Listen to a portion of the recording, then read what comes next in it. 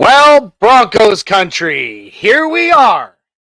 The first Nothing Rhymes with Orange and Blue podcast of the regular season. We've had week one. There was some pain. There were some growing pains. We felt it. We see it. But is it time to hit the panic button already? Is it time to just go ahead and write off the entire season? I don't think so. So this is the Nothing Rhymes with Orange and Blue podcast on the Orange and Blue Network and on the Mile High Roundtable, MHRT Network. Let's just go ahead and get right down to it.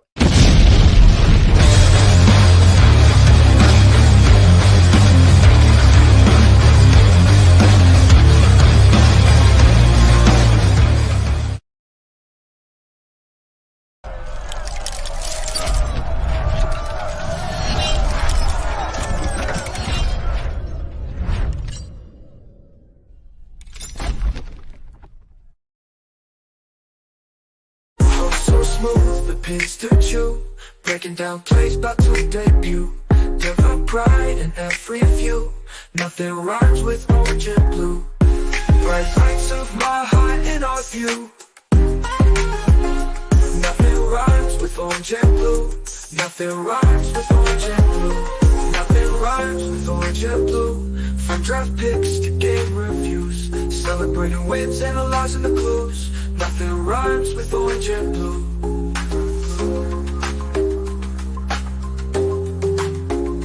Nothing rhymes with orange and blue. No orange and blue. Nothing Rhymes with Orange and Blue podcast.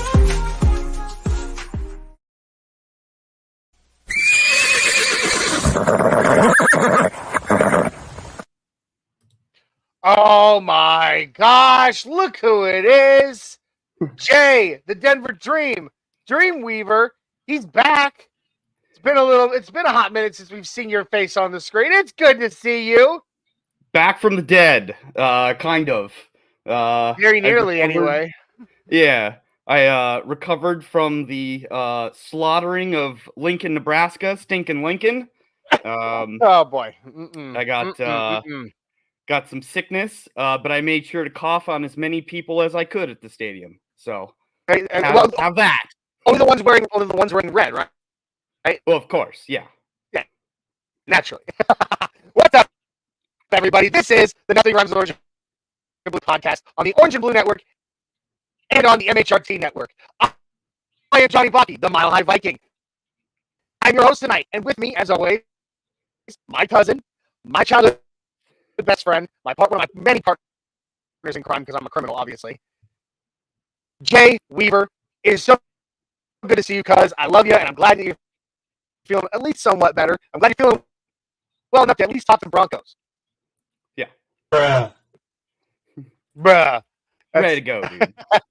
Ready, let's do it. So, thank you for joining us here tonight on the Nothing Rhymes with Orange and Blue podcast. If you have not already, please jump on over to YouTube, X, Facebook, like, subscribe, share, comment on the Orange and Blue Network. You can also find the audio version of our podcast on every platform that you listen to your podcast to. So please go find us there. But if you haven't already, and if you're watching this on Orange and Blue Network, also please jump on over to MHRT Network, like, subscribe, share, comment on YouTube, X, Facebook, Twitch. Hell, we're even on Instagram over there. So guys, please come check us out. We'd really appreciate it. I would also be remiss if I did not give an instant shout out to the sponsor of tonight's show, and that would be W Jitterless Energy Blend. You can see the link in the bio below. W is absolutely amazing stuff. Comes in so many great flavors. That's just a few of what they've got right there, guys.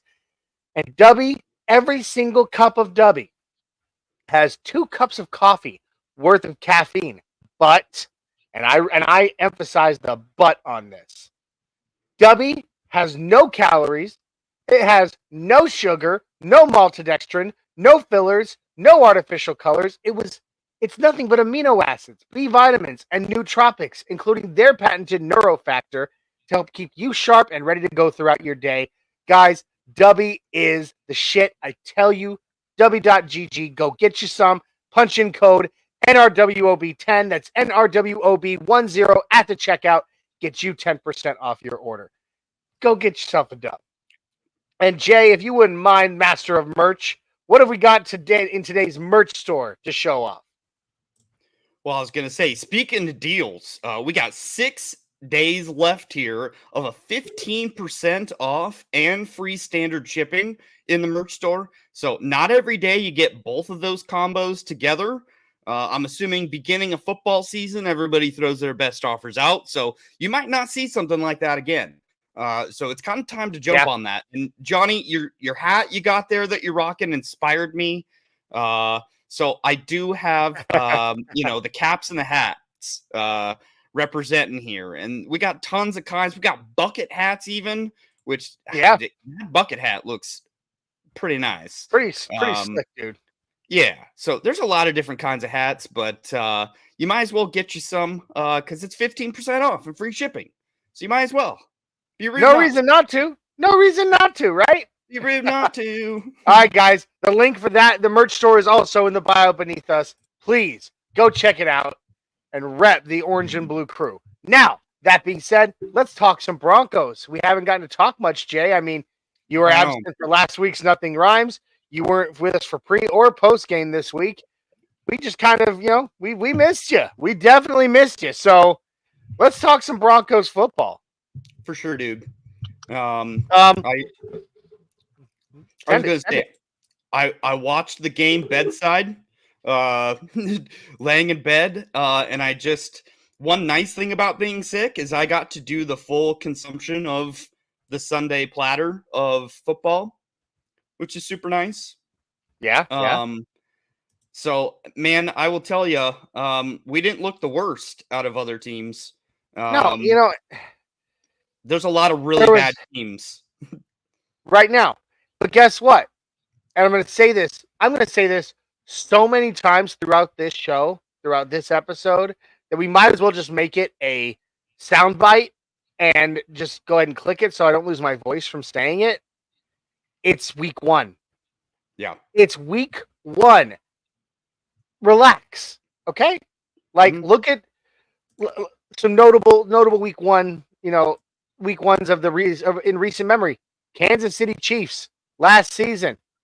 At that time, the defending Super Bowl champions go up against the Detroit Lions and lay an absolute egg in week 1. Yeah.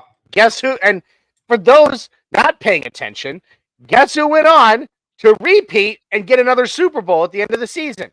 Oh, the Kansas City Chiefs.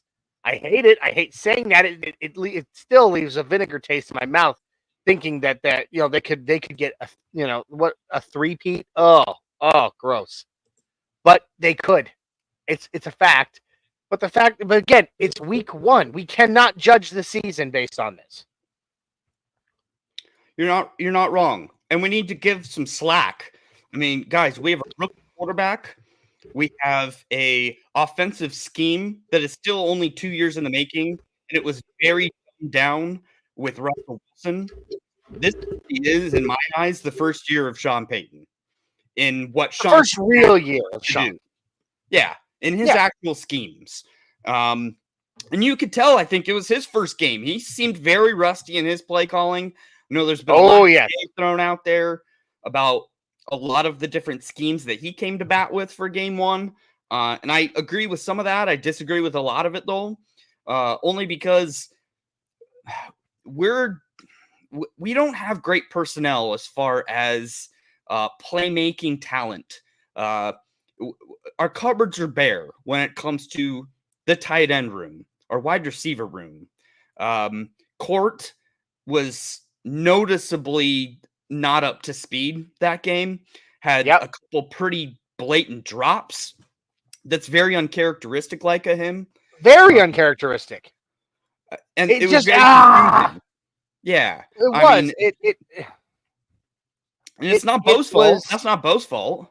No. And here's the thing. I'm still all about. I thought you said go, Bo, go. Look, I'm even wearing my Bo Nix hand-drawn Broncos logo T-shirt in solidarity for my quarterback. Okay? Which, by the way, I still have yours. I have to send it. I'm so sorry. That's all good. But I'm sitting here. I'm thinking. I'm like, what am I gonna? Which I always try to wear a Broncos shirt. every time Sure. we go live. Sitting there like, which one am I going to wear tonight? You know what? I have the one. For those that didn't know, right after they were drafted, the first round rookies from this year's draft class were all asked to sit down and try to paint from memory the logo of the team that just drafted them. This was Bo Nix's. Granted, I've gotten a lot of comments on the shirt, like a lot of people saying, "Oh, that's so cute that your kids drew that," and things like that. And I'm like, no, actually, a 24-year-old NFL rookie painted this. But the point is, this is my Bo Nix shirt, and this is how I'm showing. I'm sitting in solidarity right now, sitting because I'm sitting. I'm not standing. I'm handicapped. I don't stand much. I am sitting in solidarity with my quarterback tonight. I still believe in Bo. I still believe in Bo. There's a lot of reasons to do so. And that was, I did not, where is my phone? Well, geez. I had some stats pulled up I wanted to read. And give me a minute. Give me your thoughts on Bo, Jay. So my overall observation of Bo Nix was that he didn't seem settled. He seemed like he was a little nervous out of the gate for his first NFL start. Sure. Whether you're an athletic quarterback or not, I think quarterbacks in the beginning of their career seem to have a little happy feet. And he has some jets. He has some great athleticism. He ran the second fastest rushing play of the week. Yeah. Second only to Tank Dell. Okay? I mean, that's insane. It is. That means I want you to think about this for a sec, because I'm pretty sure everybody watched the season opener between the Chiefs and the Ravens. And who were they really like screaming about at the end of that game? It was their rookie, Worthy. Xavier Worthy. Because of his speed, right? Well, his touchdown, the one where we really saw him turn on those jets and go, the one that everybody keeps replaying, that means Bo Nix was faster than him. Yeah. So, hey, I'm feeling good about that. But, I want to bring this up, okay? Look, did Bo look great? Did Bo look as good as we on this show thought he was going to? No. I admitted in the post-game show, during the Buck Your Feelings post-game show on Sunday, I was over-romanticized, and I over-romanticized the potential of this team too early. I admit that. I take my, I'll bend over, take my Spanx on the rear, and now we'll move on.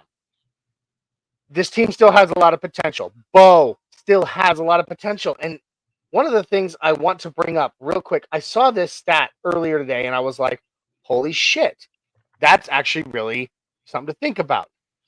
And a lot of people were talking a lot of smack on, or a lot, one of the points that got brought up a lot about Bo's rough start was then saying, well, what about John Elway? The guy threw, 4 interceptions. He was benched his first start. Went 1 for 9 yards in his first start, and he was benched.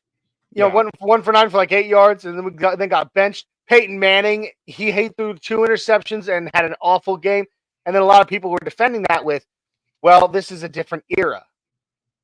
And I'm like, okay. They put that side-by-side comparison on national television. That, to me, was kind of embarrassing. Like, are we really comparing Bo Nix to John Elway to begin? No, right. But at the same time, I found it kind of cool to think about. They showed that 2 legendary Broncos quarterbacks also had slow starts. And now those guys are both in the Hall of Fame. Just saying. Yeah. Okay. So now this is the point that I'm going to bring up. So a lot of people were like, well, it's a different era. Okay. You want to hear a stat that proves that that it has nothing to do with the era you play in, but that you can be a very, very good and even, well-respected NFL quarterback? Let's talk about one Mr. Josh Allen. Okay? That dude is a darling of the NFL. Okay? Oh, my God! Preach it. Wyoming's He's favorite. A darling of the NFL. They love him. They love him in Buffalo. Hell, they love him in the national media. The guy can do no wrong. He has yet to win a Super Bowl, and yet he's only won what? 1, 2 playoff games in his career now? I think 2. I think 2's it. Yeah. Okay. but yet the guy can still do no wrong whatsoever. He's still Josh Allen, okay? Now, this is the stats side by side. I don't have it to bring up on the screen, but I'm going to read it to you. Side by side, Bo Nix to Josh Allen stat comparisons from their very first NFL start. Now, you'll remember Josh Allen started week 1 for Buffalo in his rookie season as well. Josh Allen had completed 54.5% of his passes in his first game as Buffalo's rookie quarterback. Bo Nix, noticeably inaccurate. Bo Nix completed 61.9% of his passes in his week 1 debut as the Broncos rookie quarterback. And may I add, that's also on almost 50 attempts in your very first NFL game, which is bonkers. Yeah. Bonkers. Yeah, now look, I mean, his arm has got to be so sore. Nobody should have to throw 42 times a game. Nobody. Crazy. But Josh Allen and Bo Nix both threw 1 touchdown in their NFL debut. Or got 1 touchdown in their NFL debut. Sorry. Bo had the running touchdown. Right? Now, both threw 2 interceptions in their very first NFL rookie start. Gunslingers. And now get ready for this. Bo took 2 sacks. Okay? Josh Allen took 5. Yeah. Okay? That's just some of the stats. But the point is, we're talking about a guy, we're talking about I'm not sitting here saying Bo Nix is Josh Allen. I'm not saying Bo Nix is John Elway or Peyton Manning. What I'm saying is rookie quarterbacks. I made a comparison, Jay. I kind of had a metaphor that I came up with during the post-game show the other night. I don't know if you saw it, but I used it several times. Everybody was just so pumped up after what they saw from him in the preseason. But in the preseason, you're not going up against NFL starters. Okay? And so I was like, okay, you can go up again, and I said it too, and I've said it many times in the past. The worst team these guys will play in the NFL, or the best team they ever played in college, is worse than the worst team than they'll play in the NFL. Yeah. These are all professionals. Now, preseason is like going up against a pack of coyotes. Okay?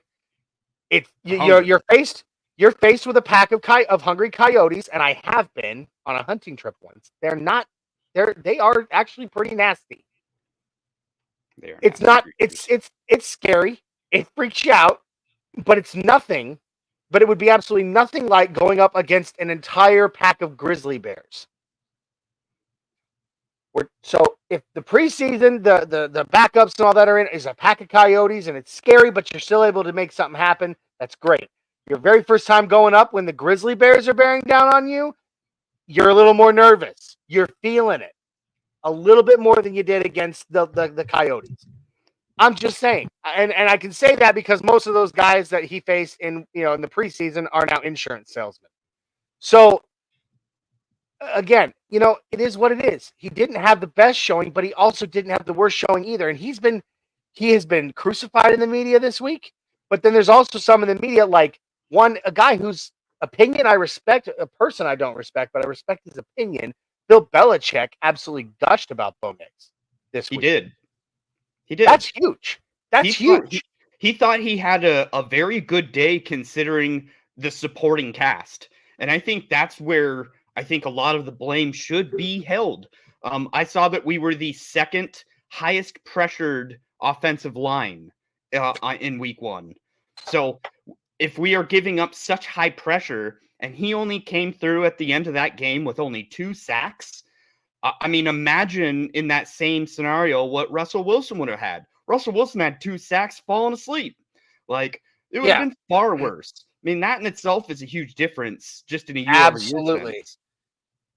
And on top of that, you got to remember Garrett Bowles was out for a good part of that game. I'm trying to see right now.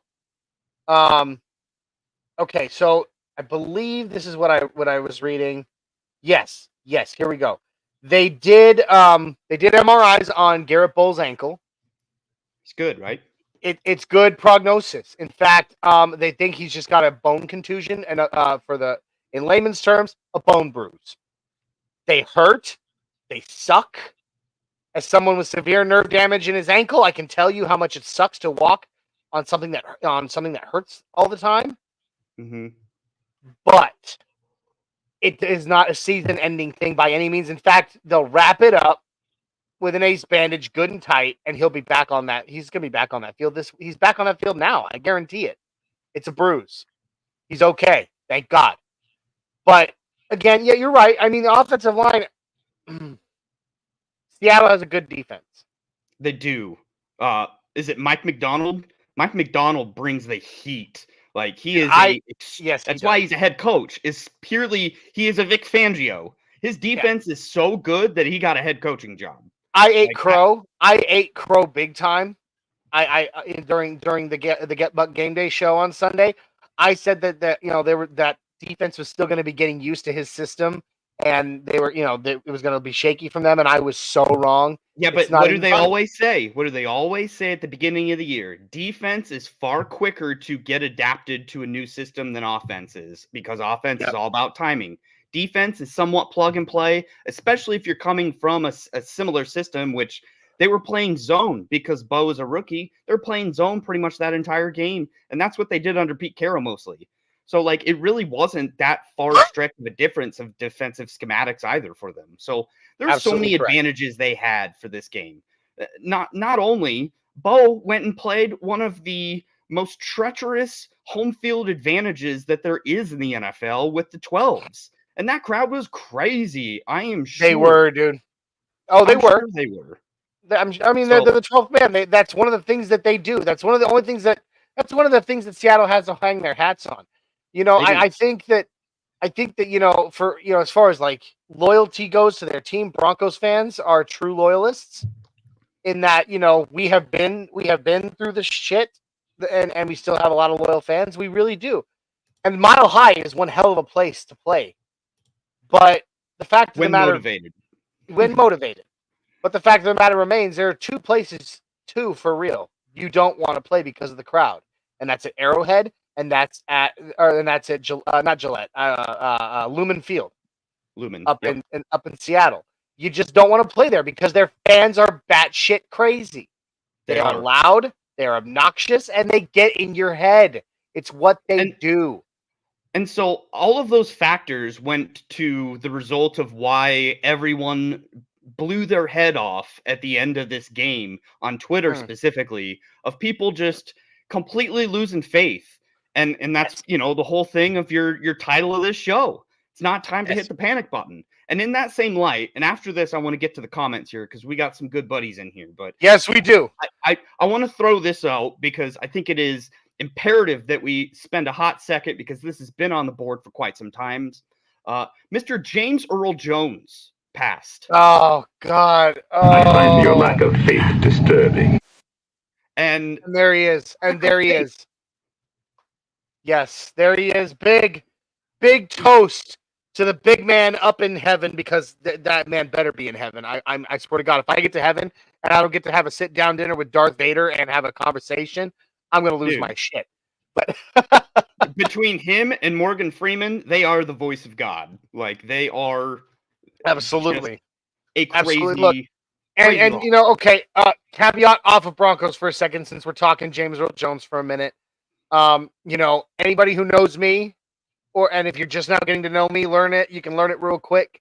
If there's one thing that even comes close to my love of the Denver Broncos, it is Star Wars. For me in my life, it goes my wife, God. Sorry, I'm a man of faith. God, wife, children, Broncos, Star Wars, in that order of things that I love in my life. And to learn of James Earl Jones's passing, at first I thought it had to be one of those hoaxes, because like Betty White before she passed, I thought I had to be invincible. But to hear he passed, I was absolutely brokenhearted. And I would love to give a huge shout out to Mr. Mark Hamill, who played Luke Skywalker, who literally his tweet, his farewell tweet to James Earl Jones. Did you see it, Jay? I didn't. No. It was 2 words. That's it. And I'm gonna say it because anyone who knows anything about Star Wars knows that the greatest cinematic reveal of all time was learning that Darth Vader was Luke Skywalker's father. That line, Luke, I am your father. Well, Mark Hamill, his farewell tweet, Luke Skywalker's farewell tweet to Darth Vader was 2 words. R.I.P. Dad. Just like that. And it's sad, and we're going to miss him. The guy, by the way, did you know that guy is an EGOT? He had an Emmy, a Grammy, an Oscar, and Oscars and Tony Awards. Not surprising whatsoever. That was a man of many talents. I knew he dipped his toe in the water of pretty much everything. Everything. So. He sang. Yeah, he sang too. He danced. He was on Broadway. He was in the movies and television. I mean, dude, the guy was what a guy. Here's to James Earl Jones. Rest in peace, Lord Vader. Now, back to the comments, because like you said, I'm surprised. I'm so sorry, you guys. I'm so sorry I didn't get to this sooner. We got a 6'10" Mexican in the house. His name, though, is Adon Diaz, and he says, Jay rules. Johnny is, okay. All right, whatever. You're fired. Anyway, Jair, that's a new name. Welcome, Jair. Says, I think I saw something like we had 3 drops. All would have been first downs. It was more than 3. I think there was a total of like 6 or 7 drops in that game. Might have been 3 for first downs. Yeah, 3. That would have been first downs for sure. So you're right about that, Jair. So welcome to the Orange and Blue crew, and thank you for bringing in the comment. Keep it coming. My buddy Billy Timmons from my Army days worked in the motor pool. I love Billy Timmons. Good dude. Timmons says, good evening, Timmons. D-Rock in the house as always. Says Mile High Maniacs. And then he welcomes you back, Jay, just like all of us should. I hadn't heard from you for so many days via text or anything. I thought, I was like, I may need to have the police stop by his house. It's been a lull time here around the Weaver household. Yeah. D-Rock says the wide receivers, tight ends, and running backs have to fight through those tough defenders and catch the damn ball. Help our boy out. Yeah, absolutely. Dude. I took away from that game with nothing but praise for Bo Nix. Sorry. I got to correct what I said about Timmons. He was my commo guy. Commo as in communications. But I say that he worked in the motor pool because the commo building was in our motor pool. So there we go. Sorry, Timmons. I apologize. Anyway, continue, Jay. I apologize. No, I was floored with so many people having negative remarks about Bo when that I came from that game was how decimate our skill positions are. That's what I was most disappointed about. Our tight ends that couldn't get open. We saw nothing in the middle of the field. Our wide receivers that, again, another no-show from Mims, not even involved, not even getting targets, nothing drawn up as far as behind the line of scrimmage, little bubble screens or where was the jet sweeps? Nothing. Where the fuck was the jet sweeps that we saw in the preseason? Not a single trick play, not one.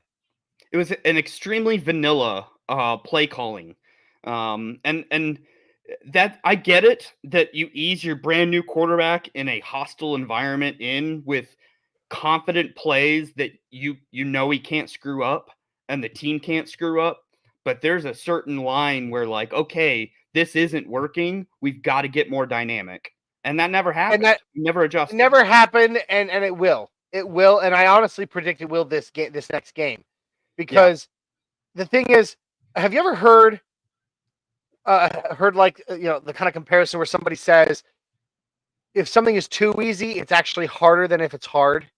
You ever heard someone say something like that? That's kind of what I feel like this was with Bo and with this offense that we saw on Sunday, was that it was like you said, so vanilla that it was almost harder for them to execute it than it would have been to execute something a little bit more complicated over and over. And Isaiah and I, we were sitting side by side. That was great, by the way. We did a side by side game day show. which was great. The setup worked fantastic, and we had a great show. And then we watched the game together. Unfortunately, Isaiah decided to bitch out and run home because he was tired and had to work the next day after the game instead of doing the post-game show with me, but that's okay. I love him. But I did say bitch out. You can tell him I said that, guys. Help me out with that, by the way. Anyway. You're killing me, You Smells. you can quote him. I feel like we need to make that a soundbite. I'm going to get it done. Do. I'm going to do it. You can quote him. But anyway, yeah.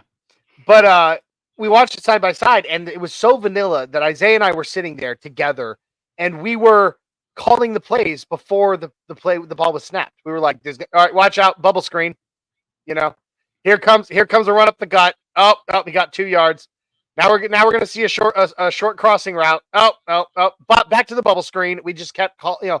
Isaiah would do it. I would do it. We were just calling the plays before they were even played. So and if me and Isaiah, who we do pride ourselves in being analysts, we pride ourselves in that, and I know you do too, Jay. But if we as couch analysts, because let's be honest, I don't see a fucking dime for doing this. Correct. If we as couch analysts can predict Sean Payton's offense that easily, yeah, armchair analysts. If we can predict Sean Payton's offense that easily, it's not a shock that Seattle did it. Yeah. I mean, okay. Twitter exploded. You said it. Oh, hang on. Let's see. Timmons. I've seen people putting blame on Sean Payton for the vanilla play calling. Why not throw deep balls? Will they have better luck with it with Pittsburgh? It's possible. We'll see. I think so. I think they'll open up the playbook a little bit more this week. But Pittsburgh also has a very stout defense as well. So we need to, TJ Watt, thank God he is on the left side of the line, so he'll be going against McGlinchey. So it is Mike McGlinchey's time to make his money this next game. But when it comes to Sean Payton, you said it, Jay, after the game. I actually avoided Twitter for the first 24 hours after the game. I didn't even bother opening Twitter because I knew, I even said it without even looking at a single tweet. Almost the entire post-game show was almost what I'm saying tonight. It is not time to hit the panic button. Stop calling for people's heads. Stop calling for the benching of Bo Nix. It's not time. It's too early. On and on. I hadn't even seen any of those tweets, but I knew that Broncos Country would be doing that. Now, of course, since then, I have gone through Twitter, and X. Sorry, X. My bad, Elon. Don't cancel me. But I've been through X since then, and I was absolutely right. People all over Broncos Country, all over it, calling for the firing of Sean Payton, the firing of Joe Lombardi, the firing of the offensive line coach. On and on, and then the benching of Bo Nix. And countless. Here we go again. The quarterback carousel continues. Blah, blah, blah. No, it doesn't. The title of tonight's show is "It is not time to hit the panic button." We are not at code or at level orange on this one, guys. Even though we are orange, okay. In the national emergency levels, level orange is when it's time to start panicking. Okay, we are not at threat level orange right now. All right, calm down. All right. That being said, there are some things to be concerned about, but Sean Payton's experienced enough. I think they can fix them, and I think Bo will too. What do you think, Jay? I mean, do you agree with me on that, or? So like I said, I don't think Bo performed that badly. I think Bo was a little nervous, and had some happy feet at times. Understandably. And I think he took some shots that he might not have done if given the second chance. Rookies are going to do that. I anticipate him to do that all year long, to be quite honest. And that's okay. But what's not okay is our running game being non-existent, which is not Bo Nix's fault. The drops that our wide receivers have been having and the lack of separation that our wide receivers create, which does not help Bo Nix, is not a Bo Nix problem. Those are the things that need to change. And maybe at that point, Bo Nix won't have to go cray-cray at the end of a game trying to gunsling his way to a win, because He seems to be the kind of quarterback thus far that's just going to do whatever he has to do to win a game. He's Absolutely. not The guy's a fighter. He is not what people painted him as the I'm going to take the check down every single time, which we have seen in previous quarterbacks like Case Keenum, where he's not going to take. Teddy Bridgewater was another example of this. He's not going to throw it deep. He's not going to get an INT on his marker because he'd rather be 5 yards short of a first down instead of taking a risk and taking a chance. You can do it. And I want a quarterback that wants to go for it. I don't care if he throws a pick. And he did. Boy, did he. And boy, did he at the end of that game. I mean, he showed it. Granted, we need that kind of play, not necessarily from him. We need it from everyone early in the game. But yeah, to see him, like you said, fight for that win at the end, it was inspiring. Yeah, is a good word for it. It gave me more hope in him. Like you said, how many quarterbacks have we seen that just settle because it's what's comfortable? Correct. I guarantee some of those runs on Bo, he was not comfortable, but he went for them. Some of those passes in the fourth quarter, he was not comfortable, but he went for them because he was like, we are going to win. So, you know, we can move on from that. We can move on from the offense. You know, I think it'll get better. Even our wide receivers, Cortland Sutton. You know, it was. I'm gonna mark it up to game 1 off night. You know, the guy remains, you know, who he is in my mind right now. This is a Sean Payton critique. Just something I want to see for the next game, and I'll move on. I want to see Marvin Mims get opportunities to drop the ball. He didn't even get a shot to not do the right thing. I need him to get opportunities because he's one of the only people on this roster that has the vertical speed for us to give Bo a little bit of grace so that safeties aren't coming down waiting for him on these cross routes. We have to give him a vertical threat. Have to. Sure. Yeah, I mean, KB82 says it there. Marvin Mims only got 1 target. I mean, there's that. KB82 popping in. What's up, fellas? Cooper had a couple of sacks. We had 2 safeties. Too bad they're only worth 2 points. We actually almost had 3 safeties. How crazy would that have been? 3 safeties in one game. I mean, it would have been unbelievable. It'd have been phenomenal. But we had 2 safeties in 1 half. I was gonna say, I can't imagine there are many instances where a team gets 2 safeties in a half and loses. Yeah, I agree. You know, and I would like to give a shout out to Devon Vele, who he did show up as a wide receiver in this game. I mean, he had, I can't remember how many targets. I'm not going to bring it up right now, but double digits. But dude, I'm fairly positive. He had several catches, and they were good catches. Our wide receivers definitely have to work on getting after the yak as well. Catch the ball and get more yards. Come on now. Like, it is what it is. Yeah, there you go. KB82. They were both in the second quarter, and the almost third was in the second quarter too. And big shout out to our special teams unit, Riley Dixon, for putting that ball where it needed to be, and then for the special teams unit to down the ball where they did each time. That is special teams play, the likes of which this team has not had in a very long time. Traquan Smith, I believe, got 2 of those. That you mean Tremon? Smith? Yeah, Tremon Smith. I think he was the guy that got 2 of those. Yeah, absolutely. And so big shout out to our special teams unit there as well. Will Lutz, who didn't miss a field goal in the game. You know, I mean, our special teams unit is what we wish they'd have been several years ago, but you know, they're there now and I'm happy to see it. So defensively, KB82 kind of gave us our awesome little segue into the defense. Jonathan Cooper, 2 sacks. And Zach Allen, man. Dude, Zach Allen's a beast. And he's gonna be. Every single game, he's gonna show up. Yeah. He has. I mean, good Lord. You know, one of those safeties. I don't know if he was the one that actually got the tackle in the end zone for the safety. that second safety, but he was in Geno Smith's face in a big way. I mean, the pressure he put on them from the middle was unbelievable. It was fantastic. So huge shout out to Jonathan Cooper, Zach Allen.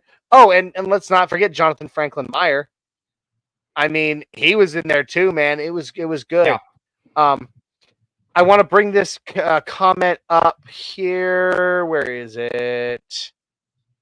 Here we go. D-Rock says, I may be wrong, but I don't think Moss did a bad job. Yes, some plays were made on him, but he did well. I think he had a very average game. He made some plays. You're right. Some plays were made on him because, I mean, let's be honest. Geno Smith has experience. He's not stupid enough to throw to Pat Surtain's side of the field. Well, and Tyler Very Lockett much. is a wily vet that is going to Yes, he take is. advantage of that, and that's who he was on. And Riley Moss, he had some blown coverages, a few, and there was definitely a couple that, he could have played. There was a couple of tackling situations for Riley Moss that I was like, I really hope they work with him on his tackling technique this week in practice, because there were several where it was, it came down to Riley Moss and he missed an arm tackle or something like that. Like, so I'm still a huge Riley Moss fan. Can I make a bold prediction here? Oh, bold predict. Okay, hot take. Send it. So I've been understandably a Riley Moss critic that I didn't think he would be starting. I didn't think he was ready to go. This next game versus Pittsburgh, he will have his first interception, and there's a couple reasons why of that. Justin Fields' shot chart for his first game was absolutely bare in the middle of the field. Cannot throw in the middle of the field, much like Russell Wilson. It's eerie how both of those quarterbacks that they have basically the exact same limitations. So they are not going to be thrown in the middle of the field next week, and they're sure as hell not going to be thrown to PS2. So, like Riley Moss, it is going to be a game for him. And I guarantee you, he's going to walk away with an interception. You heard it first here, folks. Riley Moss, interception number 1 of his regular season NFL career this week. Justin Fields sucks. Come on, guys. I know he does, and I'm kind of. I just say I am a little sad that Russ isn't starting, just because I want us to get that the Russ monkey off our back by beating the shit out of him. Like, you know me, I've said it many times. I was a Russ fan, and I still am. I still like Russ for for all his quirks, for all the hatred the poor guy gets. I've always liked him. But that's just me. I'm a people person. Well, somewhat. There is a world where Justin Fields starts the game and plays so poorly because our defense is going to be terrific, as it was week 1, and Russ comes up off the bench to finish that game. So we may see both. We very much might see both. Yeah, I do want to point this out. KB82 points this out, and I saw that, and I didn't understand it either because he was a menace. Zach Allen got a horrible PFF score for the game. I don't know why, because every time I saw him, he was pissing somebody off. Yeah, I don't know. I don't know why PFF gave him a bad grade. It doesn't make any sense. But Timmons saying that Benito impressed him this game. In fact, I agree. And in fact, Benito, after I went back, I don't remember seeing him much my first watch through, but during my second watch through today, as a matter of fact, I noticed a lot more that Nick Benito was doing very well. And in fact, I think he was more of a game changer at least this week than Baron Browning was. He is awfully noticeable in that 15 jersey. It's just so weird. It really, strange. It is. Kenny asks, is my beard tucked into my shirt or did I cut it? I cut it. It's growing back. It was actually about an inch shorter than this when I first trimmed it back. One, to promote growth. If when a beard grows for so long, eventually it just stops growing. You have to cut it to promote growth. That was one reason. The other reason being I made a deal with my wife. See, here's the thing. A beard is part of my personality. It's, who I am ever since I got out of the Army, and I will always have one. However, my poor wife hates it. She hates my beard. And it's part of what makes me the Mile High Viking is my beard. But so instead of shaving it off, because I won't ever do that. Sorry, never happening. I at least tried to meet her halfway by cutting it shorter. Having a little bit more of a clean cut look for a little while. Nice to you. I told her that I would do that in the off season.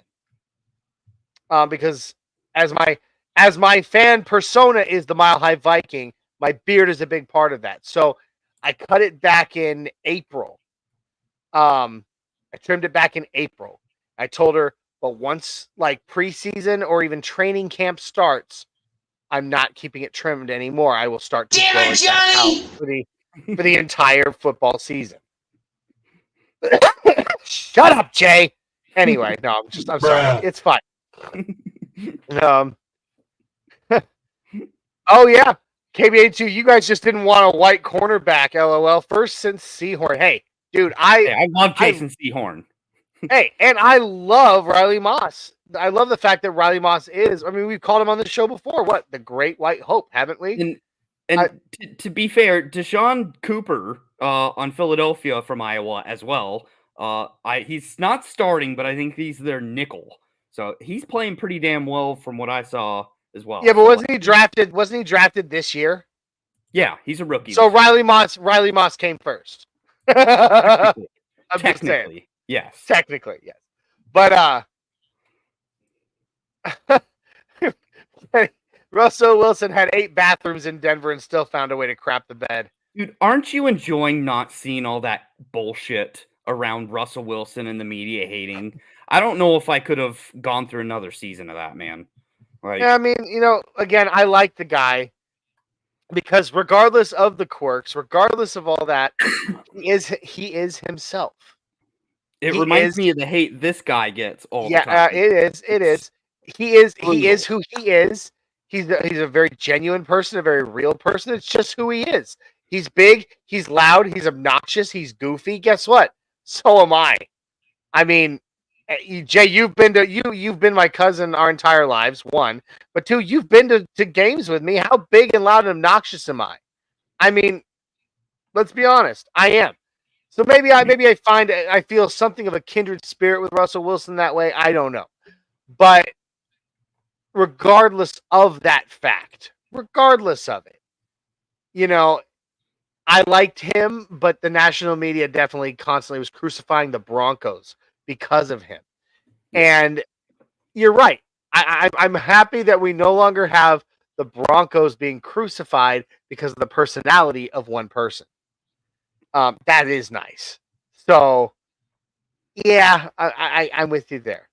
And as much as I like him, like I said, I'm sad he's not starting this week because, he is still an $43 million monkey on our back this season.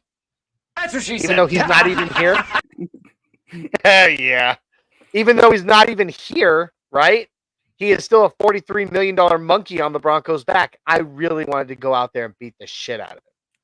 Yeah. Just to exercise those demons, so to speak. Well, I really just wanted it because I wanted, our pass rushers to finally get, a basic free game of sacks. Sack fest, because, I mean, he did the same exact thing in the preseason. Don't you remember his very first preseason game with Steelers? He had 4 sacks against 4 right sacks.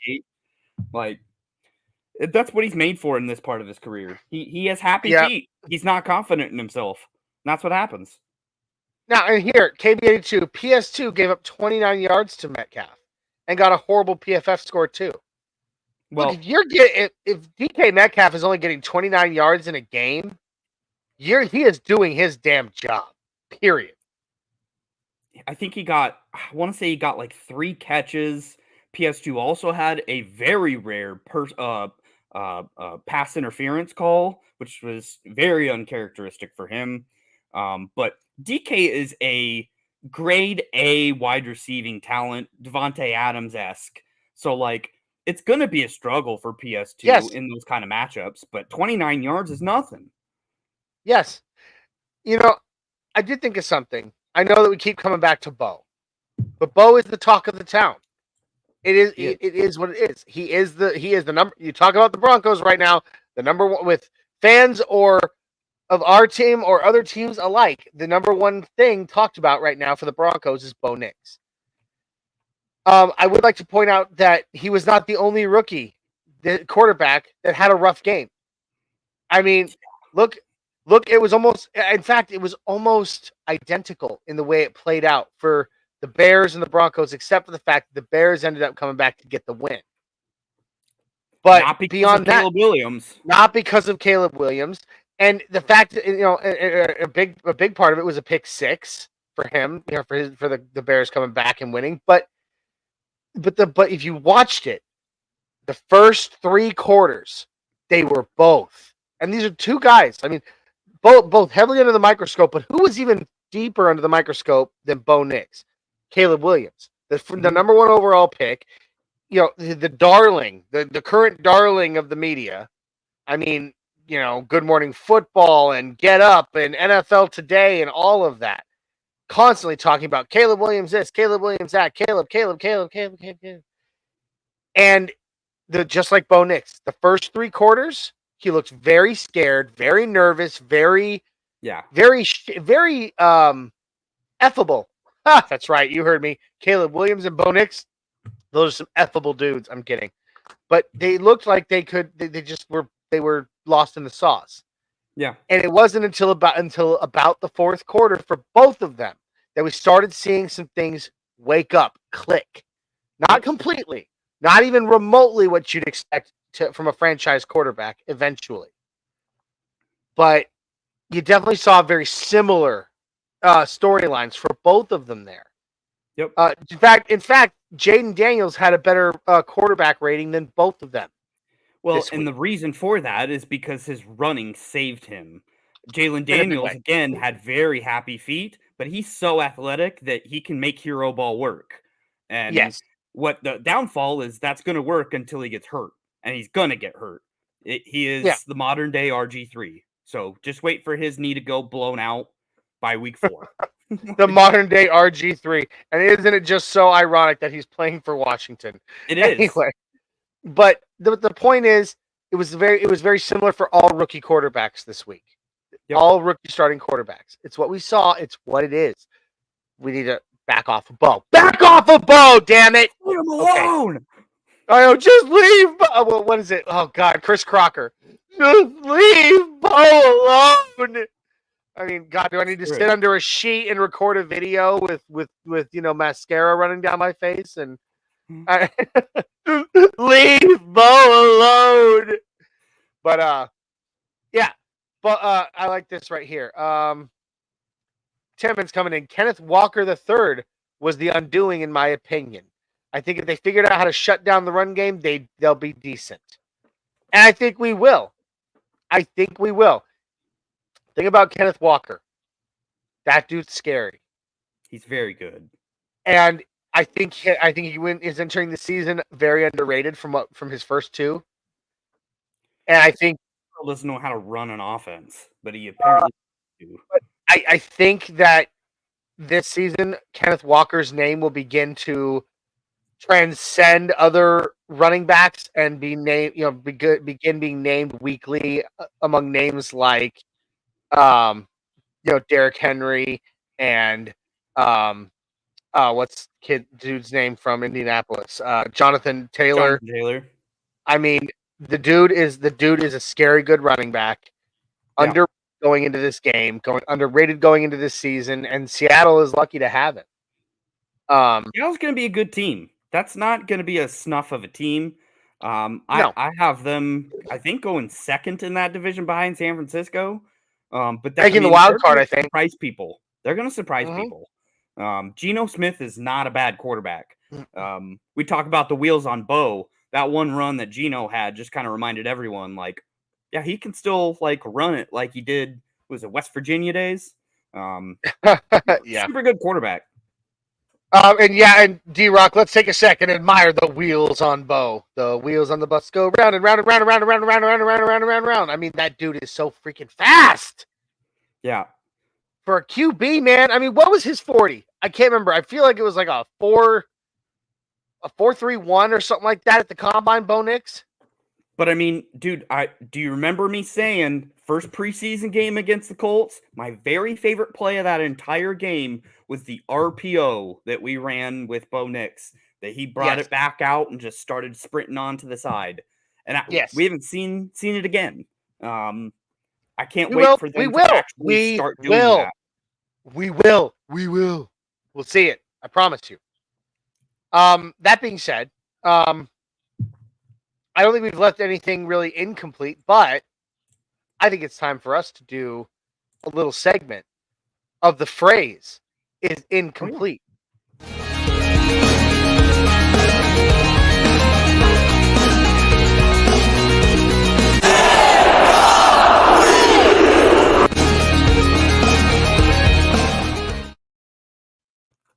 God, I love this segment.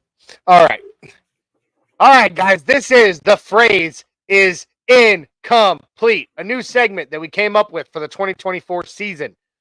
We're going to do it from now on because we have so much fun doing this, and the possibilities for this segment are endless. But the way it works, we're each going to make statements that we're going to leave a blank in.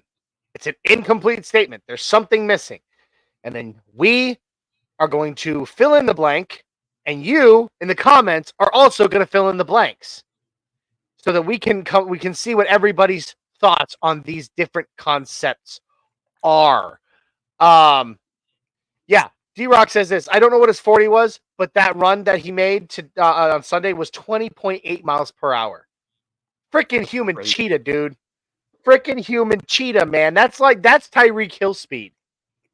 And I hate mentioning our quarterback in the same sentence, or in the same sentence with that criminal, and I'm sorry. I understand. I saw the body cam footage from this week.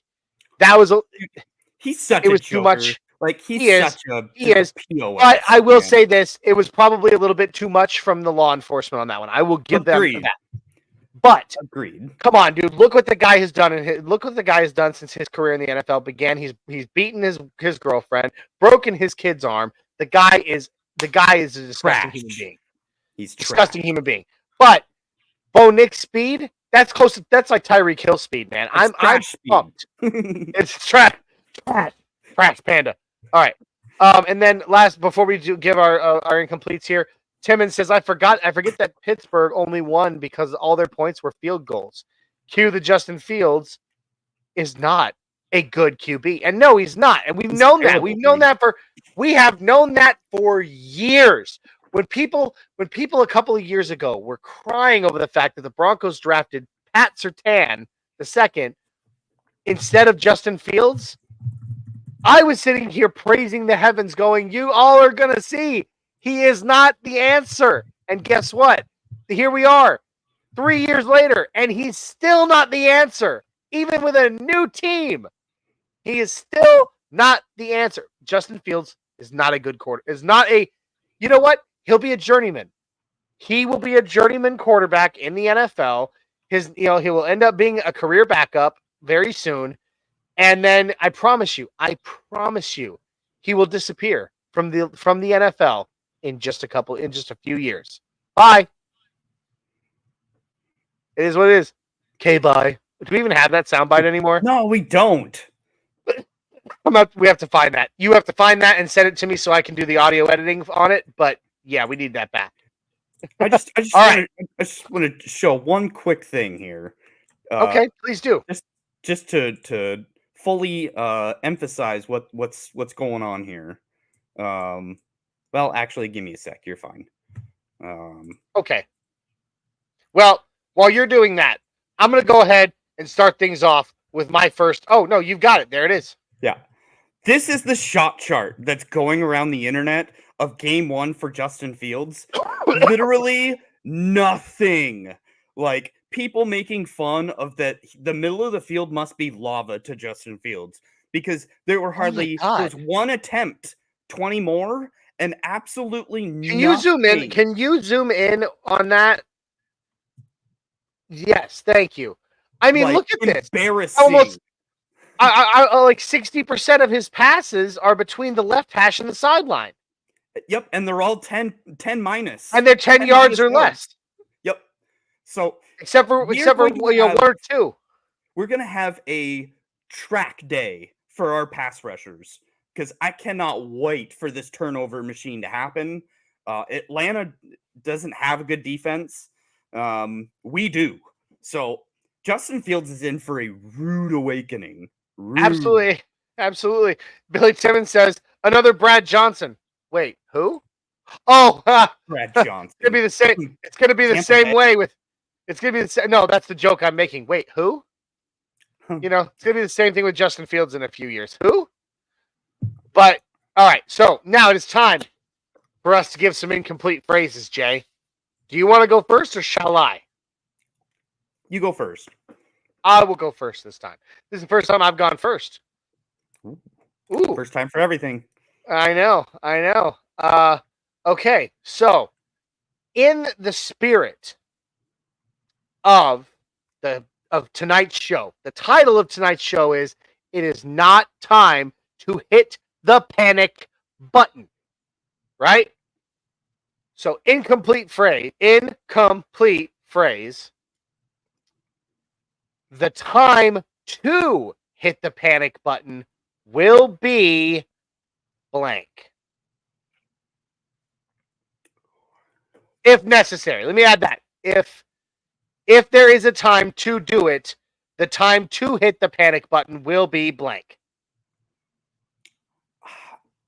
I don't see me personally, and I've been very on the low end of everybody's predictions and what everybody thinks of expectation of this year. There is no time to panic because this year is all about just getting the pieces together and just starting the symphony. There's not a point in which I'm going to say we're in panic mode because we're not winning the Super Bowl this year. Newsflash. So like, What? I don't have. But I already put in my bet. I'm kidding. I did not. Our over under is 5.5. I want to say is what we determined, and like, Yep. I was pounding the over on that, but like not incredibly more. Like, there's a reason it's that low of a number. So like, I'm not gonna panic in a win-loss scenario. I will panic, however, if by say week 14, Bo Nix still looks lost. I will say that. And he started every game. Okay. I like that. I like that a lot. Guys, make sure you complete my statement. My incomplete statement in the comments. We'd love to hear your thoughts. Mine is actually a little bit sooner. But I'm only saying, when I say panic, I'm not talking the kind of panic where we line up the firing squad and start, firing coaches and show George Payton the door. Sorry, Jay. So like our normal panic that we've endured for like 8 years? Yes, but at the same time, like, we know now, we've seen it. Sean Payton will fire anybody at any time if he feels it necessary. Now, that being said, it is not time now to hit the panic button. However, if we reach week 6 and I'm not talking wins, losses here, and we do not see measurable improvement from not only Bo Nix, but the skill positions by week 6, that's the time to start hitting a panic button. I'm not saying we have to win. I'm not saying that at all. Now, granted, I had picked us for quite a few more wins than I think I probably should have during the early half of the season. But I'm not talking about wins, losses here. I'm talking about improvement where I can watch a game. We can maybe lose the game by a touchdown like we did this week. But afterwards, I'm like, that wasn't a bad game. That was a good game. They played hard. They did what they were supposed to do. That's when I say it's time to panic. Timmons says time to panic is when PS2 goes down for the season unless they find an equivalent or Vance Joseph takes head coaching duties. Woo! You better start. I'm going to do it for you right here. Jeez You better start Louise. knocking on some wood there, Timmons. Jeez, Billy. Oh, don't you jinx us that way, my friend. So that all right, there we go. That's my first incomplete phrase. Jay, Okay. go for it. By the end of the year, blank will be the starting running back for this team. Because I don't know about Ooh. anyone else, but Javonte continues to not jump off the page for me. I'll take quite a bit of other people, honestly, before at least I get some pop from some other people. Javonte, Sure. I see no pop from. So Yet it was just week 1, but yet, and I'm with you. But you're not gonna like my answer. You're not gonna like it. Javonte Williams will still be the Broncos starting running back at the end of the season.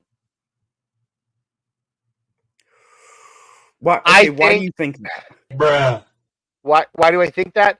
Well, one, you got to take into consideration for this game just how stout the running, Mike McDonald's running defense is in a big way. We did see a few very Javonte Williams rookie season-esque runs begin in this game. We did. He went, he had a couple where he started to really break free. He started trucking dudes. He started moving through the line. He didn't get as far as we would love him to. He didn't do the Javonte Williams rookie season shit that we saw, that we loved, that we still show highlights of today. But I think given a little bit more time, again, remember I say about offensive lines all the time, they take about 4 weeks to really mesh and gel. Yeah. The same can be said for even skill positions. So I think given a little bit of time, and his new weight and everything, and one full season already under his belt with Sean Payton, I think we'll start to see Javonte come back alive. I do. I still believe heavily in Javonte Williams. I like Jaleel McLaughlin. I like Audric Estime on our practice squad. I like Blake Watson, and I like Tyler Beatty. I still say Javonte. I put my cards on the table with Javonte. However, well, we've got quite the opposites here in the chat. We got D-Rock coming in with Estime. okay. And we got Billy with Estime. When I saw the hurdle from Estime, my heart sank a little bit because I was like, oof, that's not what you're supposed to do. I guarantee you weren't coached up to do that. It's not your skill set. And wouldn't you know, the story comes out after the game that they literally put the pictures of Barry Sanders and Jerome Bettis in his locker room, and they put a circle with a slash through it on the picture of Barry Sanders. And that's to tell him to know your role and to know who you're supposed to be. And that's Jerome Bettis. But Audric Estime in his mind, I believe, thinks he can do wonders and do everything. And he thinks he's Superman. Yeah, we saw a little bit of that in Javonte's rookie season, to your point. Javonte didn't know what he didn't know. I think I've said this before. These youngsters, because of the culture we have on this team, they don't know they're not supposed to be good. They don't know what they're not supposed to know. And so what I'm scared, though, is that if we continue down this path of Javonte's number one, he's getting all the feed, and we just damper Estime will get clamped down and shy and kind of lose that wildness to him of being a rookie. I kind of want to take that and literally run with it.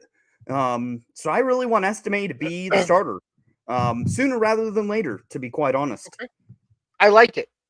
My next one, we're just going to give two. Okay. And then we're going to get ready to roll out of here. My next one is actually a piggyback off the one that I did, one of the ones that I did, because we did a segment of this during the game day show. And I was actually the one that was right. I had said the incomplete phrase, I'm going to say this first. The incomplete phrase is the Broncos secondary will be responsible for blank takeaways in this game. Now, in this last week, I said 0.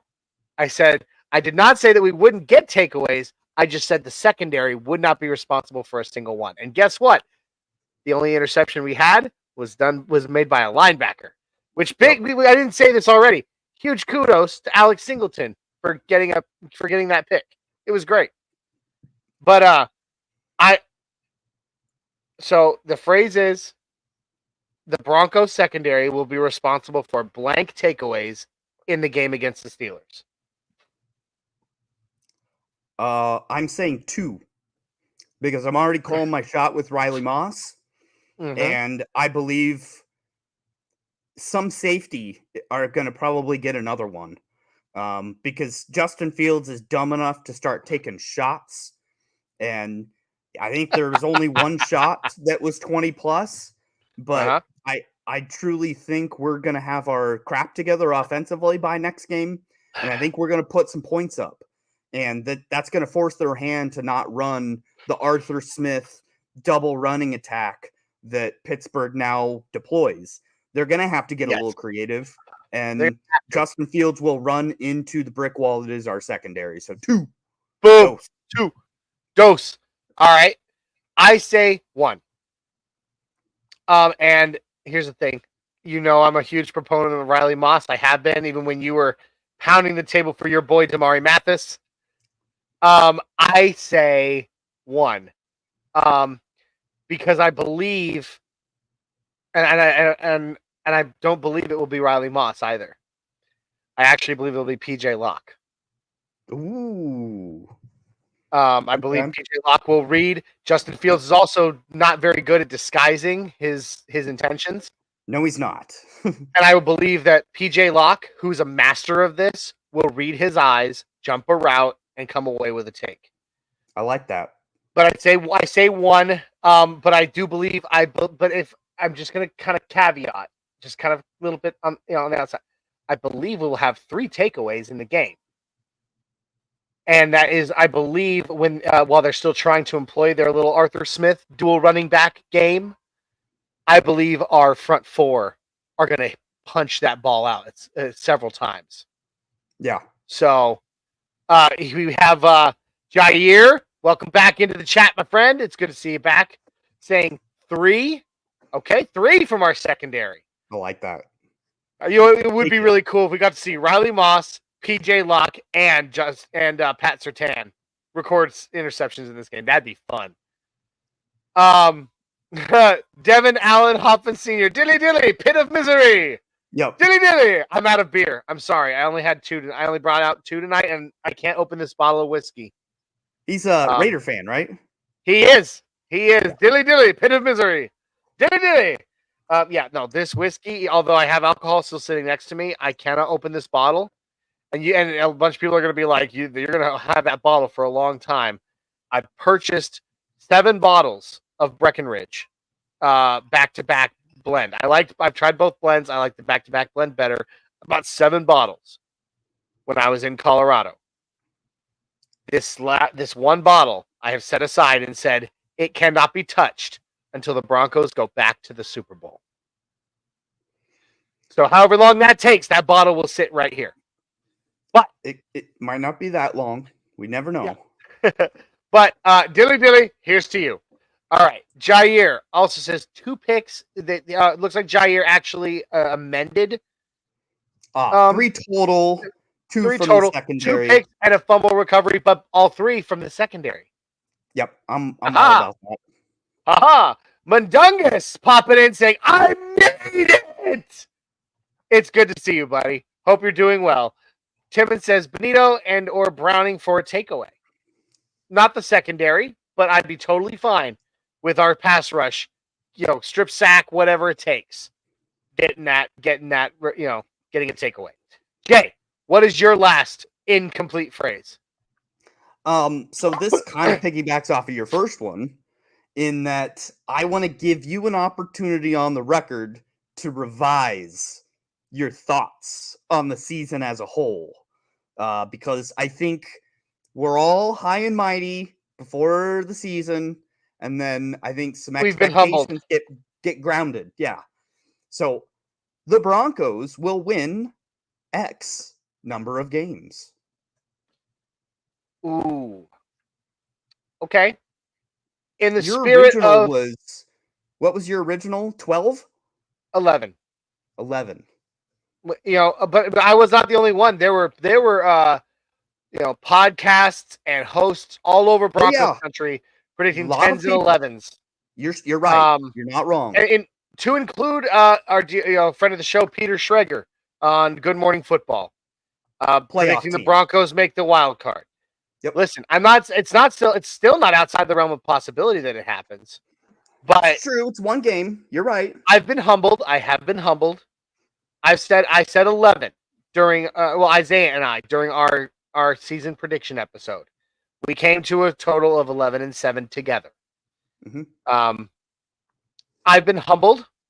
We've lost one now that I had said we would win. I don't want to go too low, but I don't want to go too high either. So I say to complete the incomplete phrase, the Broncos will have 9 wins this season. Okay. What say you? It's very, very rare that I agree with a Raiders fan, but Devin Hoffman here has us at 8, and that is where I have us as well. Which is still making everyone money, might add. But for those of us with our bet in on the over the 5.5, dude, that 5.5 is gravy. I don't care how bad this season goes. Yeah, but that's look about at right to me. Mundungus.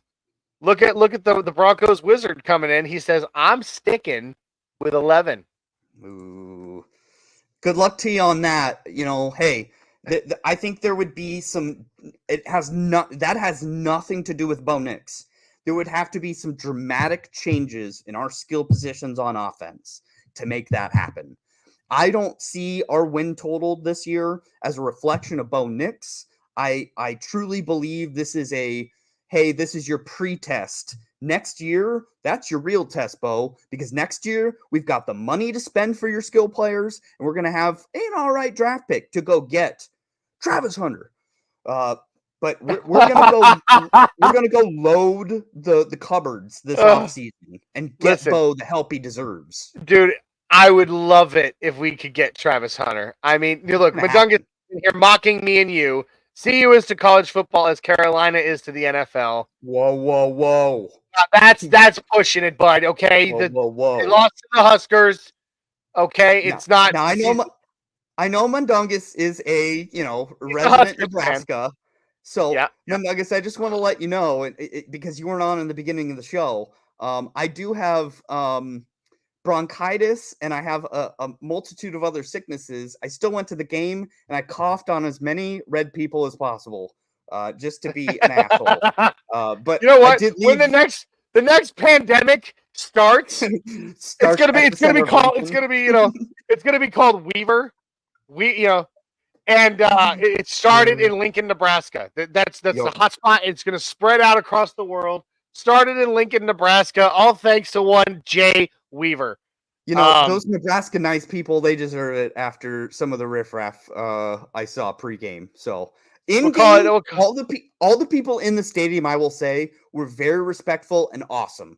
I had no problems with anyone in the stadium. It was the outside, with all the college riffraff, but neither here nor there.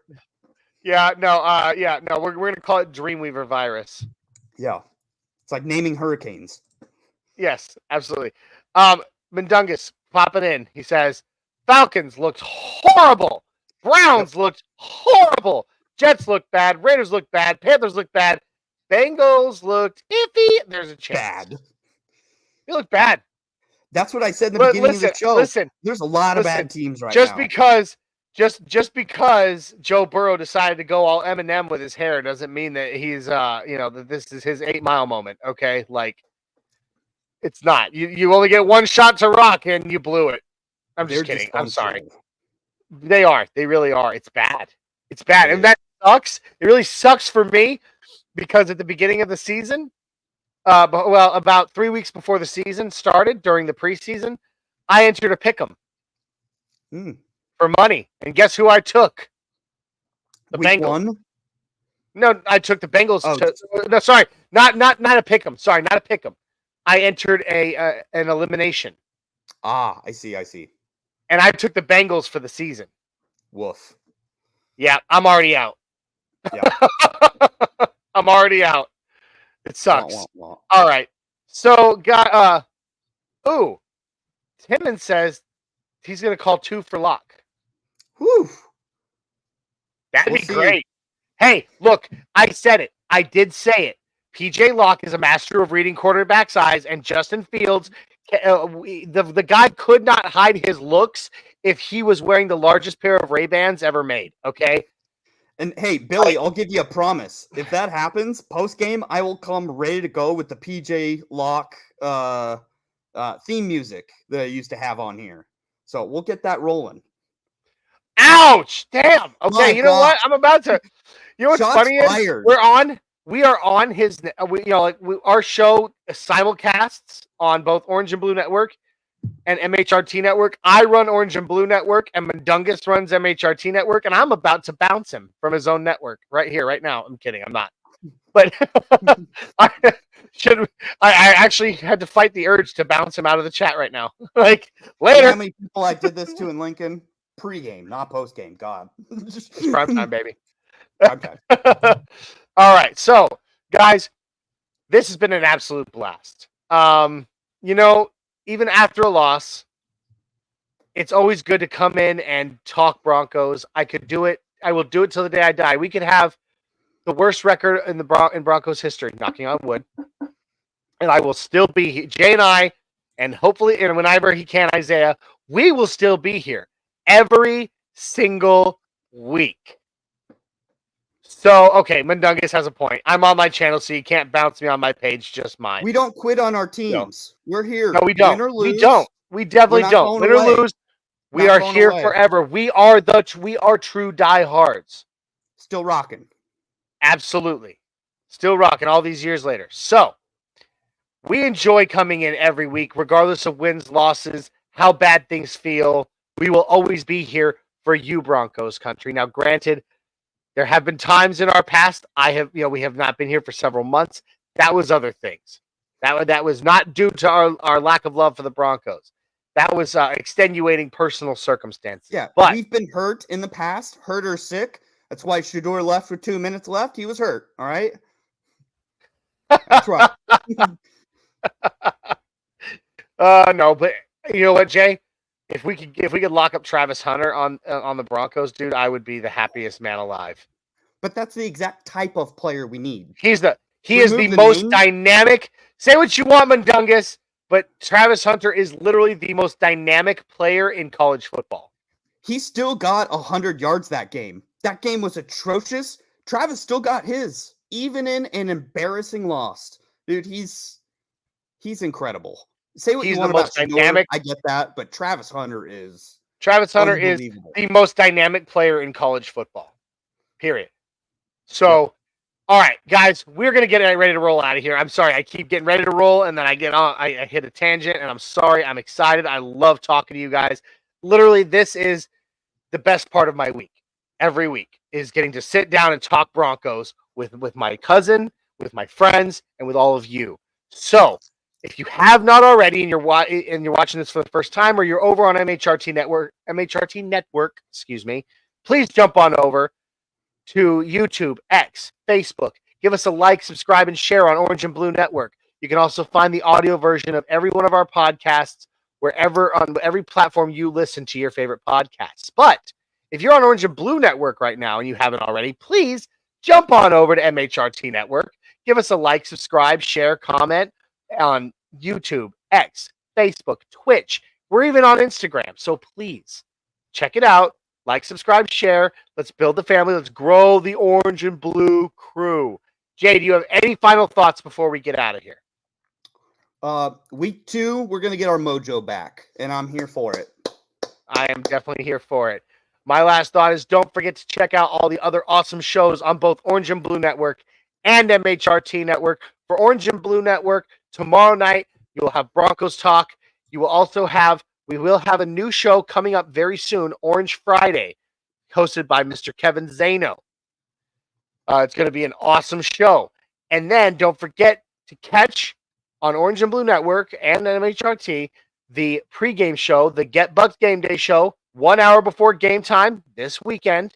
And then right after the game, of course, is the Buck Your Feelings postgame show. And the guys over on MHRT Network also do a live play-by-play called The Neighborhood during the game. So we have got you covered all of game day. Broncos content, all of game day. It's going to be great. Thank you guys for joining us. We really appreciate you, Broncos Country. We love you.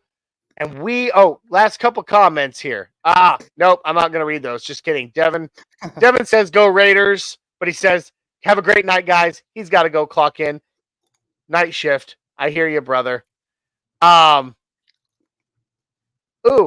idea from Devin here. I've thought about doing this. It's a matter of networking, my friend. And I do my best with being a full-time, having a full-time job, being a full-time dad, and doing this. Hey, so, if you ever meet a Charger fan, let me know. I've never met one, so yeah, I've never actually met one in real life. I think most of the ones I see at SoFi each week for LA Charger games, I believe those people are paid actors. Yeah, I mean it is Hollywood after all. So, all right, guys, we're out of here. Go Broncos! Orange and blue, we're here for you. Talking Broncos all day through. No stopping us, we're on the loose. Come join the crew, no bad news. Podcast vibes so fresh and true. Nothing rhymes with orange and blue. Catching up on all that we knew.